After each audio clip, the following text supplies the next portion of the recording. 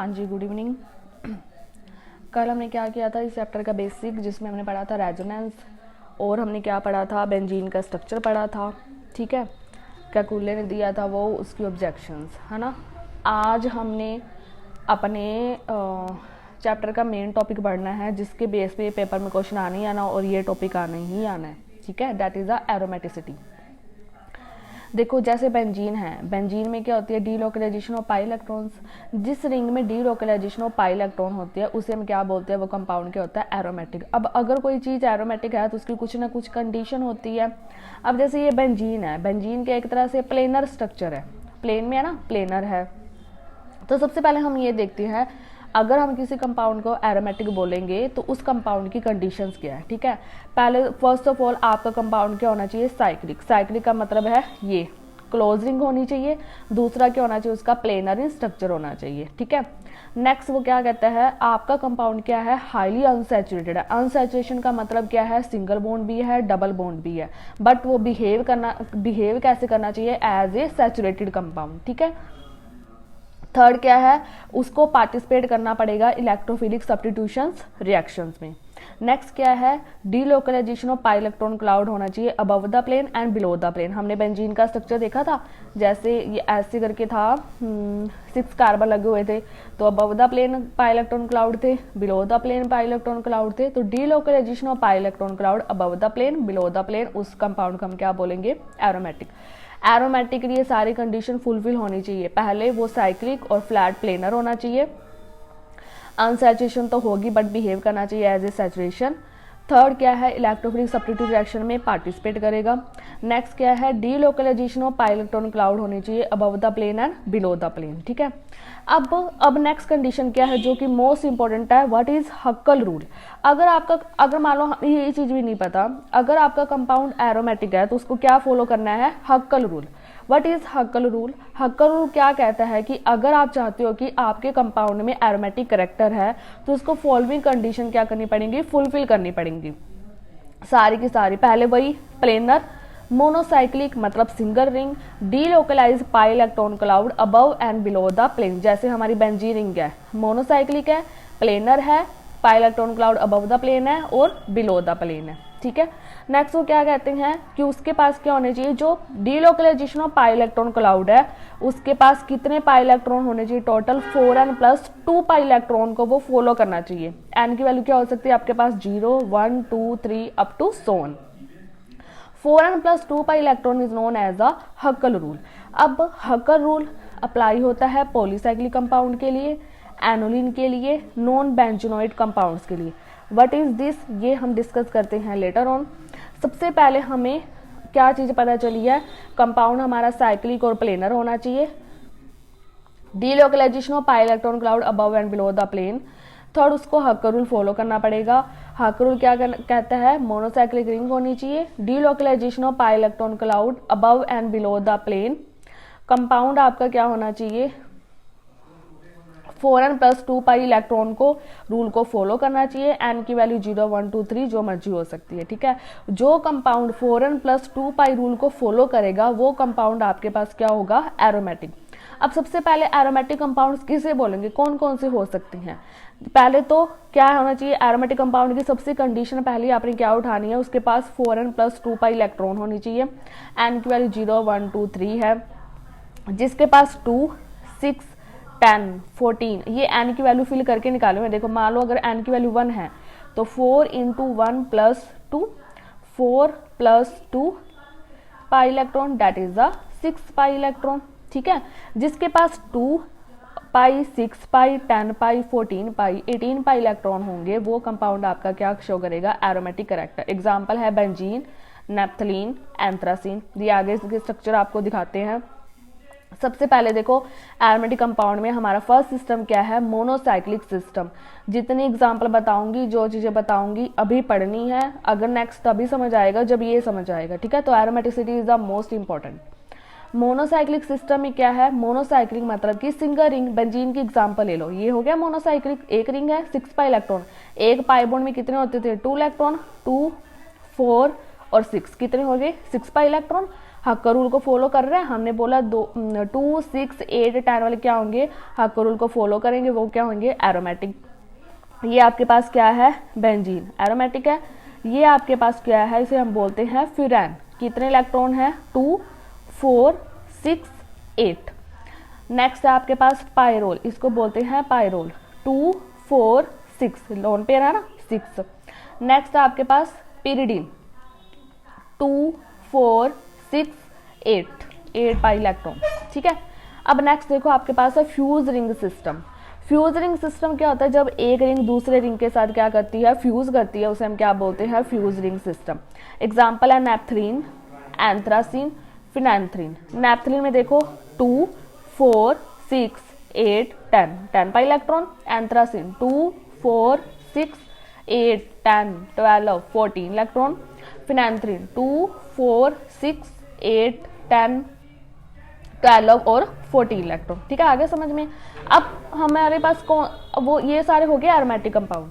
अब हम non aromatic compound किसे बोलेंगे, सबसे पहले जो हक्कर रूल को फॉलो नहीं करेगा, मतलब जो 4n+2 पाई इलेक्ट्रॉन की कंडीशन को फुलफिल नहीं करेगा, जिसका फ्लैट या प्लेनर स्ट्रक्चर नहीं होगा। नेक्स्ट कॉन्जुगेटेड सिस्टम तो है, उसमें अनसैचुरेशन भी है, बट वो फिर भी एरोमेटिक कैरेक्टर शो नहीं करेगा। मीन्स मोनोसाइक्लिक होगा, कंप्लीटली कॉन्जुगेटेड होगा, उसे अब क्या बोलोगे, नॉन एरोमेटिक। एग्जाम्पल मेरे पास क्या है, सबसे पहले साइक्लोहेप्टाट्राइइनाइल एनायन। साइक्लो का मतलब क्या है, रिंग आपकी क्या है, साइक्लिक। हेप्टा का मतलब कितने कार्बन है, 7।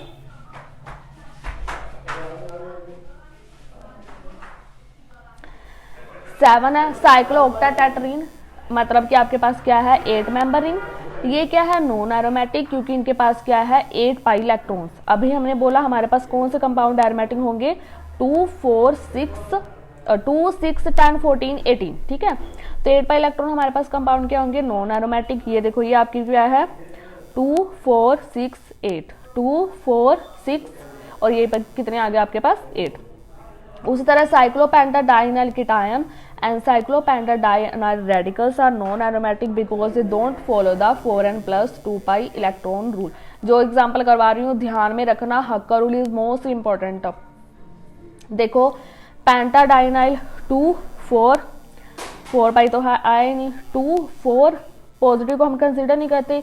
रेडिकल में एक आ गया 5 इलेक्ट्रॉन, तो ये भी आपके पास पॉजिटिव कंसीडर नहीं करते। रेडिकल 1 इलेक्ट्रॉन पर 2, 4, 5, this does not follow the Hückel rule.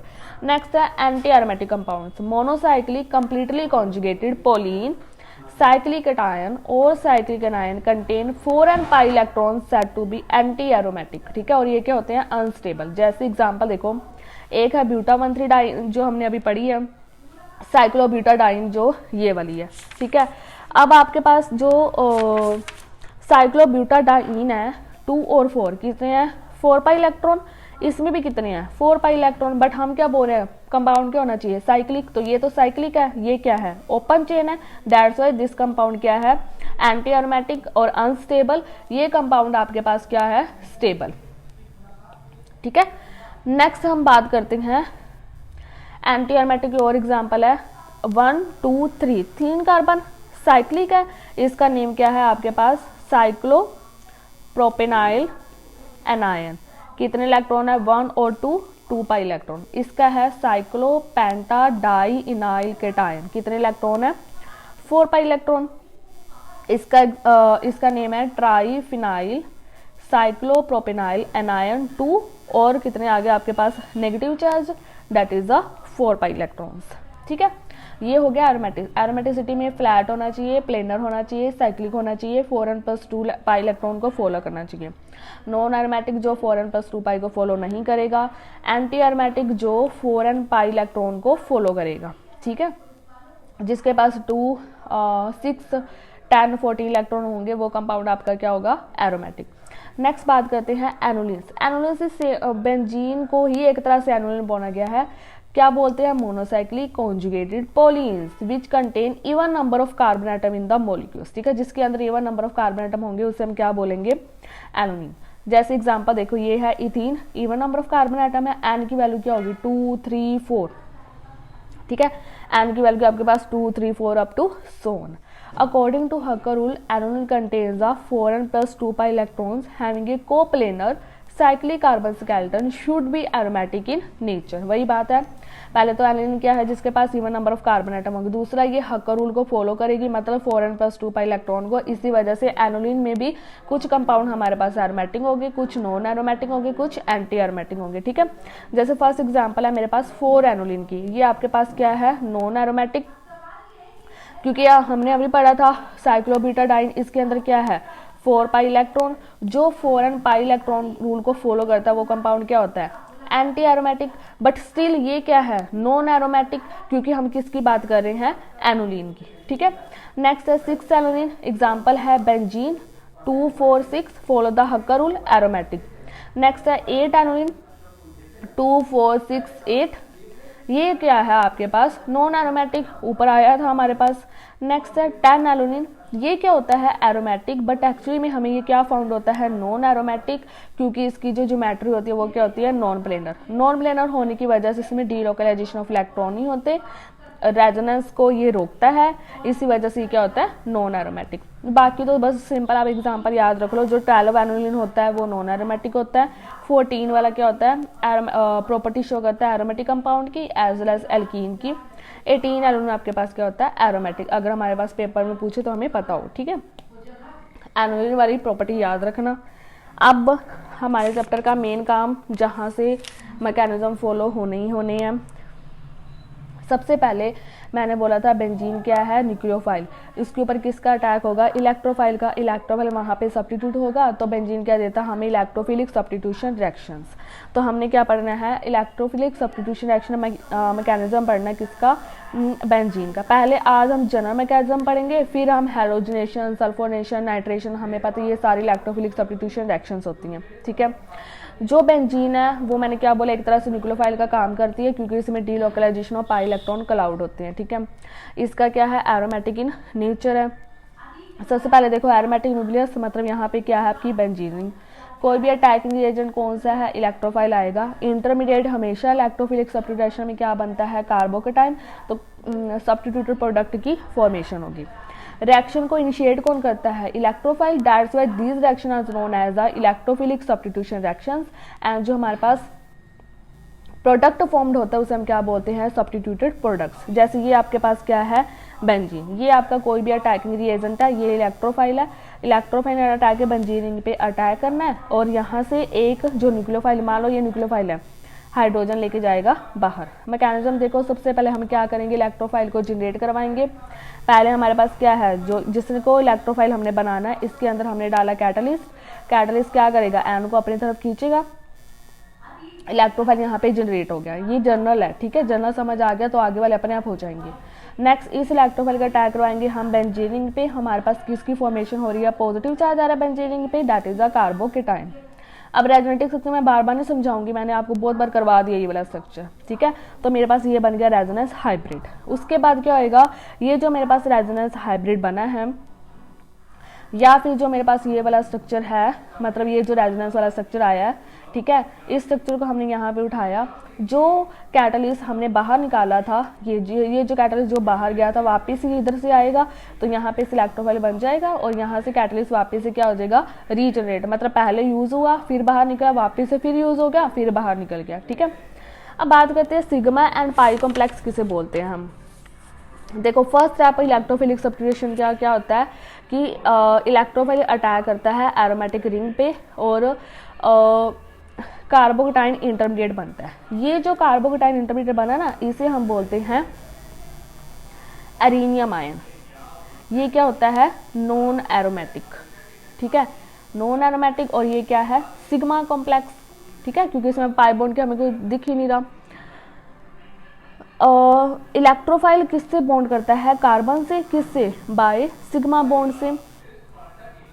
तो सिंपल देखो कि हमारे पास जो कार्बोकेटाइन इंटरमीडिएट बनता है उसे हम क्या बोलते हैं एरिनियम आयन। जब इलेक्ट्रोफाइल बेंजीन के ऊपर अटैच होता है तो वो कार्बन से अटैच होता है, तो इलेक्ट्रोफाइल कार्बन का आपस में किसका कौन सा बॉन्ड बनता है सिग्मा बॉन्ड, ठीक है। एक मिनट,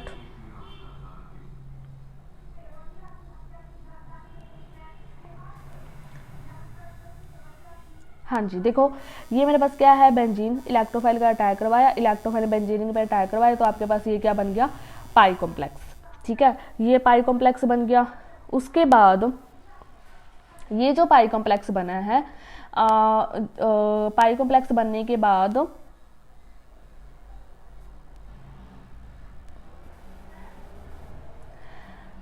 जब इलेक्ट्रोफाइल बेंजीन के ऊपर अटैक करता है, कार्बन से अटैच होता है, वो तो सिग्मा बॉन्ड होता है। ठीक है, जब इलेक्ट्रोफाइल बेंजीन पर अटैक करता है तो इनिशियली हमारे पास किसकी फॉर्मेशन होती है, पाई कॉम्प्लेक्स की between the ring and the electrophile. ठीक है,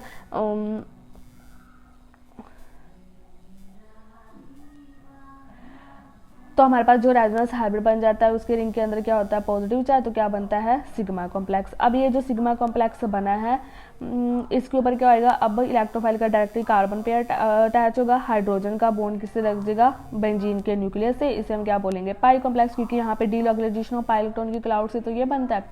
फाइनली हाइड्रोजन जाएगा और यहाँ पे क्या बन जाएगा, पाई। सिग्मा पाई कॉम्प्लेक्स वैसे आपको पता ही होंगे। सिंपल सी भाषा में बताऊँ तो फर्स्ट स्टेप क्या होता है, इलेक्ट्रोफाइल जब बेंजीन के ऊपर अटैक करता है तो पहले इनिशियली हमारे पास क्या बनता है, pi complex between the ring and electrophile.